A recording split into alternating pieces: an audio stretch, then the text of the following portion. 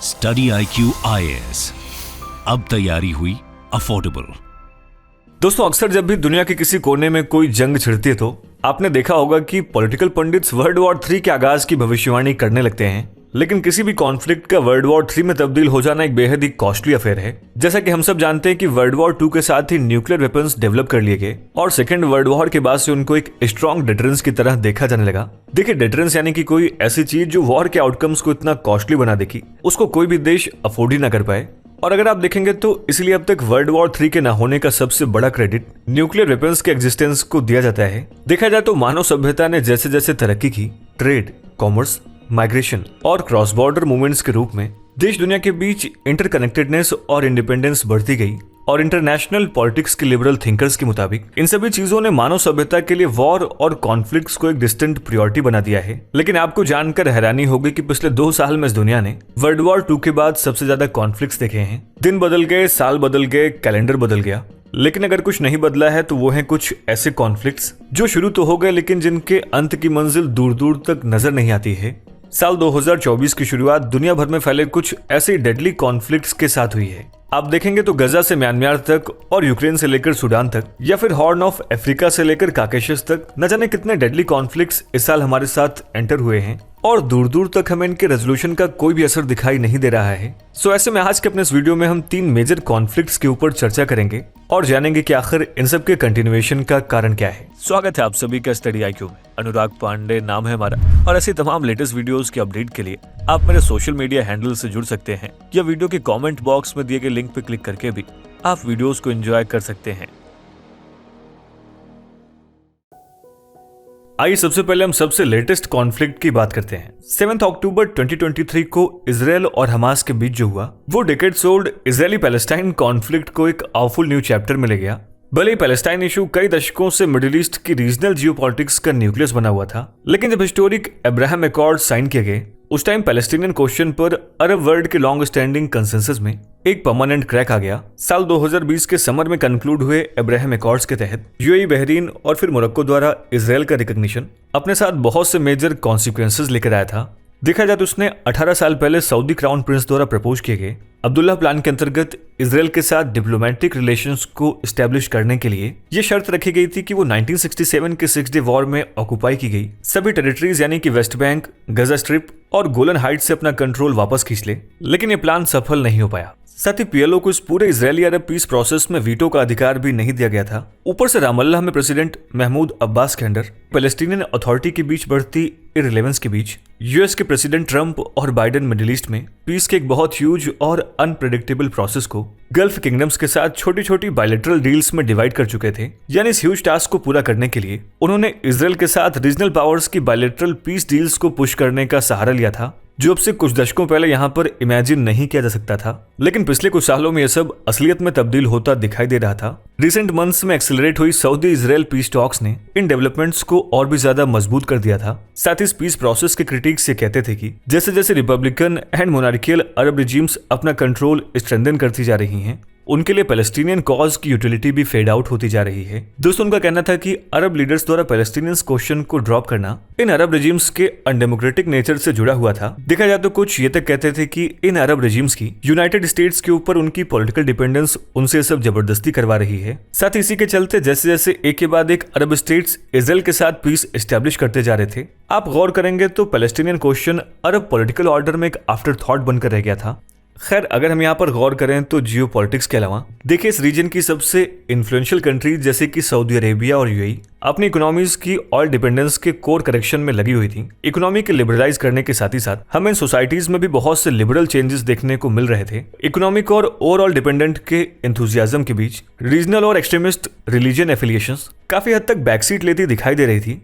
अगर इसको दूसरे शब्दों में कहें तो जियो पॉलिटिक्स को जियो इकोनॉमिक्स के द्वारा डोमिनेट किया जा रहा था। अब्राहम अकॉर्ड्स ने खासतौर पर यहाँ पर इकोनॉमिक कॉपरेशन की नई पॉसिबिलिटीज को अनफोल्ड किया था। ये इजराइल को अरब वर्ल्ड के दुबई जैसे फ्लरिशिंग बिजनेस एनवायरनमेंट के बहुत करीब ले आया था। दोस्तों, वीडियो को कंटिन्यू करें उससे पहले आप सभी के लिए एक इंपॉर्टेंट अपडेट है।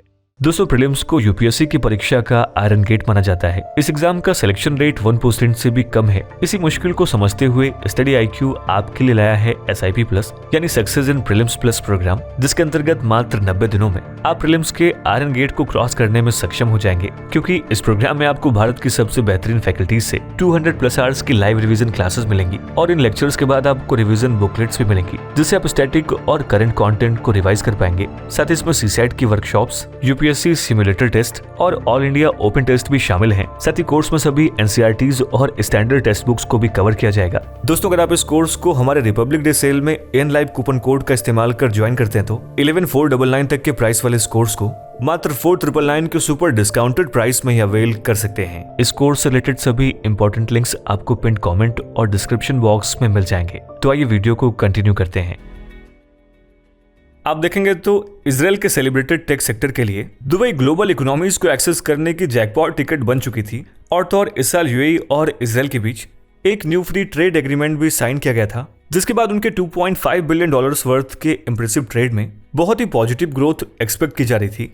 ये सभी फंडामेंटल शिफ्ट्स, रीजनल टेंशंस और डिस्ट्रस्ट की दशकों पुरानी मोनोपोली को ब्रेक करते हुए I2U2 यानी कि India Israel UAE US grouping और India Middle East Europe economic corridor जैसे रेवोल्यूशनरी जियो इकोनॉमिक्स प्रोजेक्ट्स को भी जन्म दे रहे थे। आप देखेंगे तो प्रोजेक्ट्स गल्फ के साथ ही साथ इंडियन सबकॉन्टिनेंट और यूरोप के बीच इकोनॉमिक कोऑपरेशन को बूस्ट करने की ओर इंक्लाइन थे। इन सब के चलते मिडिल ईस्ट में बहुत से रीजनल करेक्शंस और ड्रामेटिक इकोनॉमिक शिफ्ट्स की जरूरत थी। इसी कॉन्टेक्स्ट में सऊदी अरेबिया पिछले कुछ सालों में खुद को बहुत तेजी से पेट्रो डॉलर्स के एडिक्शन से डीलिंग करता नजर आया है। हालांकि सऊदी अरेबिया ये जानता है कि आने वाले कुछ सालों में ऑयल की यूटिलिटी और डिमांड कम नहीं होने वाली है, लेकिन लॉन्ग टर्म में ऑयल फ्यूचर की ग्लोबल इकोनॉमीज को ड्राइव करने वाला कोर फ्यूल नहीं रहेगा और इसके लिए उनको सर्विसेज एंड मैन्युफैक्चरिंग जैसी डोमेस्टिक इंडस्ट्रीज को तेजी से पुश करने की जरूरत है। साथ ही इस रीजन की बाकी जियोपॉलिटिकल फॉल्ट लाइंस जैसे कि येमेन वॉर, सीरिया क्राइसिस और इराक की इंस्टेबिलिटी आदि भी एक्सटर्नल पावर्स के द्वारा ही डिसाइड की जा रही हैं।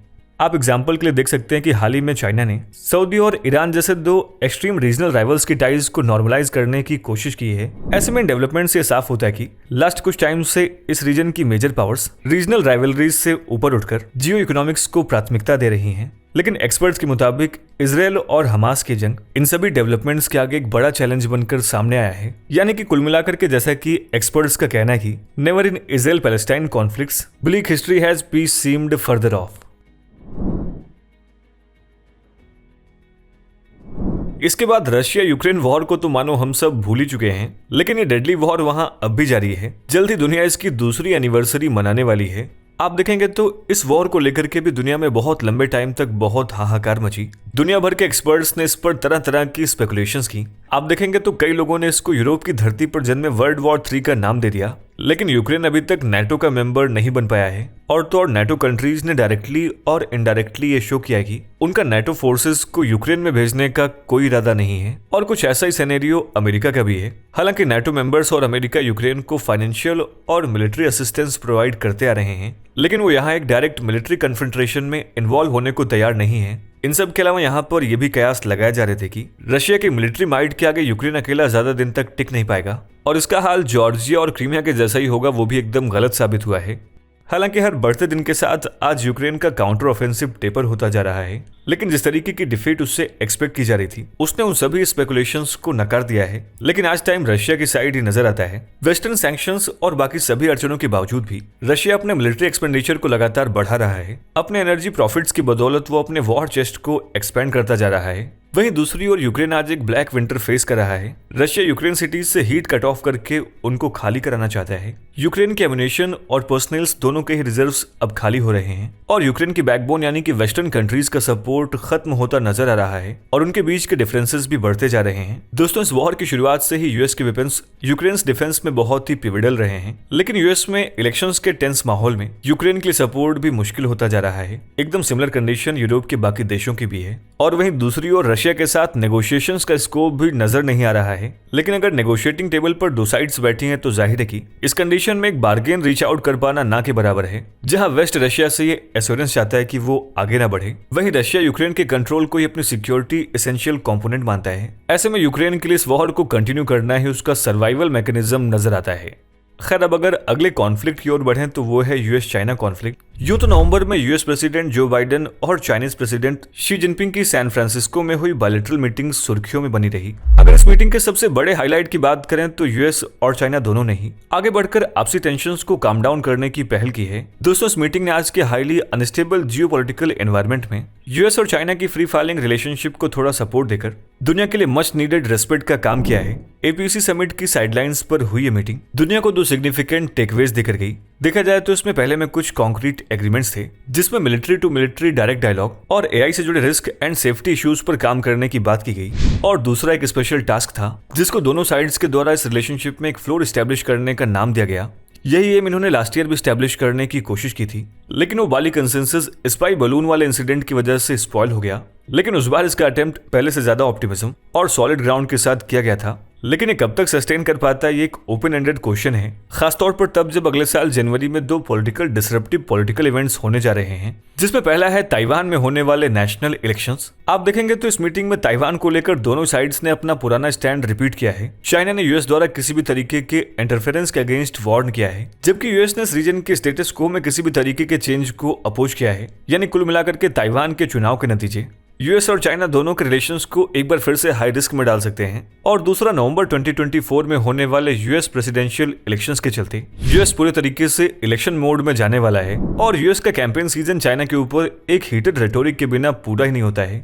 यानी कि कुल मिलाकर के भले इस मीटिंग के जरिए दोनों लीडर्स ने एक फ्री फाइलिंग रिलेशनशिप को फ्लोर प्रोवाइड करने की कोशिश की हो, लेकिन अगर हम ग्राउंड लेवल पर फोकस करें तो इनके बीच पीस के प्रोस्पेक्ट्स अभी भी उतने फ्रेजाइल और वल्नरेबल हैं। यानी मीटिंग इन दोनों के रिलेशंस के किसी भी मेजर डिफरेंस को रिजॉल्व नहीं कर पाई है। दोस्तों, ऐसा एक वीक पॉइंट साउथ चाइना सी में फिलीपींस के फ्रंट पर इमर्ज हो रहा है। आप देखेंगे तो पिछले कुछ सालों में चाइना ने दुनिया की सबसे बड़ी नेवल फ्लीट तैयार की है, जिसमें 340 से भी ज्यादा वॉरशिप्स शामिल हैं।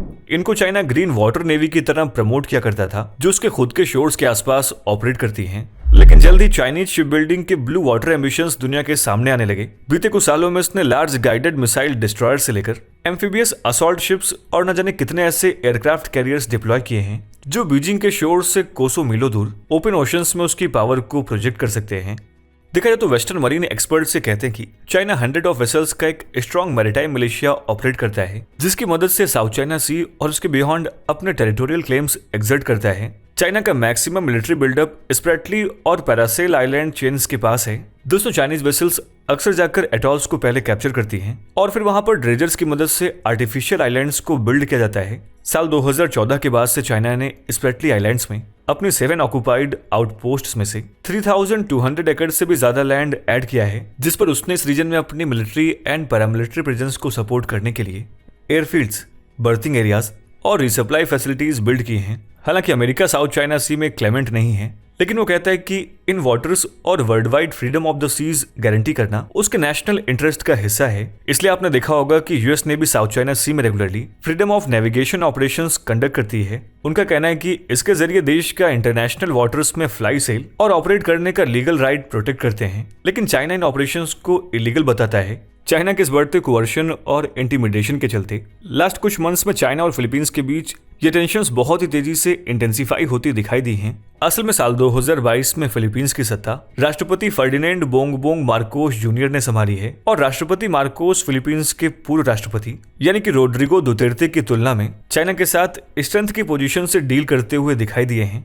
रोड्रिगो दुतेर्ते के नेतृत्व में फिलीपींस चाइना के साथ एक कंसिलिएटरी अप्रोच अपनाता था, लेकिन मार्कोस ने तय किया कि वो चाइना से दबने के बजाय उसके एग्रेशन को बोल्डली दुनिया के सामने लाने की कोशिश करेंगे। वो दुनिया के आगे इस चीज को हाईलाइट करेंगे कि चाइना किस तरीके से फिलीपींस की fishing and coast guard vessels को इंटिमिडेट कर रहा है। दोस्तों, इसी दौरान मार्कोस ने यूएस के साथ अपनी डीप एंड डिफेंस टाइज को रिफ्रेश करने का काम किया है, जिसकी वजह से चाइना और फिलीपींस के टाइज एक नए लो पर पहुंच गए हैं। और इसके चलते पिछले कुछ महीनों में फिलीपीन के वाटर्स में चाइनीज वेसल्स और फिलिपिनो बोट्स के बीच कई फेस टू फेस कन्फ्रंट्रेशंस भी देखने को मिले हैं। ये मुख्य तौर पर फिलीपींस के पास सेकंड थॉमस शोल की डिस्प्यूटेड टेरिटरी में देखी जा रही हैं। देखा जाए तो चाइना के इन इलीगल एग्रेसिव एक्शंस को ग्रे जोन एक्शंस कहा जाता है, जो एक ऑल आउट मिलिट्री कॉन्फ्लिक्ट के थ्रेशोल्ड के नीचे होते हैं, लेकिन ये कभी भी एक इंटेंस मिलिट्री शटडाउन का रूप ले सकते हैं।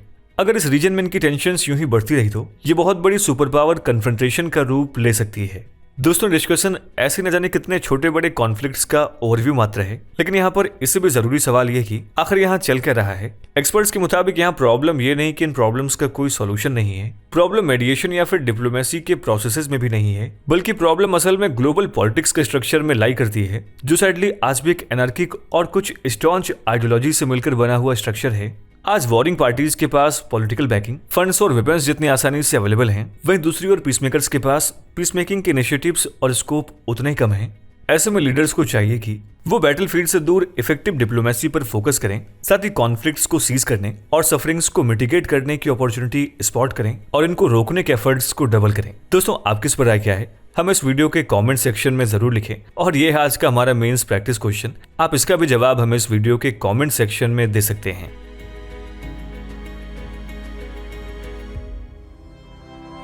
स्टडी IQ IAS, अब तैयारी हुई अफोर्डेबल।